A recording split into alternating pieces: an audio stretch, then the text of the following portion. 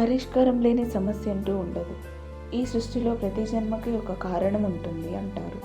కానీ ఆ పుట్టుక కోసం తల్లి పడే వేదన, బిడ్డల కోసం కుటుంబాలు పడే ఆరాటం, సంతానం కోసం వారు చేసే పోరాటాలు అంతా ఇంతా కాదు.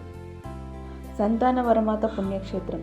ఇక్కడ నమ్మకం, భక్తి ఎంత దృఢంగా ఉందో ఆశీర్వాదం కూడా అంతే ఆనందంగా ఉంటుంది.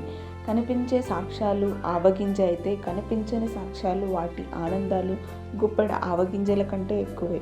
ఈ దేవాలయం నిర్మించి ఈ డిసెంబర్ 14కి 3 వసంతాలు పూర్తవుతుండగా ఆ తల్లి ఎంతోమందిని తన చెంతకు పయనింపచేసింది. ఇంతకుముందు మంగళవార్త మాతగా తన ఆశీర్వాదాలు ఇవ్వగా 2022లో ఫాదర్ ఎం జ్ఞానప్రకాష్ గారి చొరవతో సంతాన వరమాతగా రూపుదిద్దుకుంది. కానీ ఆశీర్వాదం ఏమాత్రం కుంటుపడలేదు. ఈ నెల అనగా ఈ డిసెంబర్ 14, 2025న దేవాలయ వార్షికోత్సవం సందర్భంగా ఉదయం 10 గంటలకు దివ్యబలి పూజ, తదనంతరం వచ్చిన భక్తులకు, యాత్రికులకు ప్రేమ విందు ఏర్పాటు చేస్తున్నారు.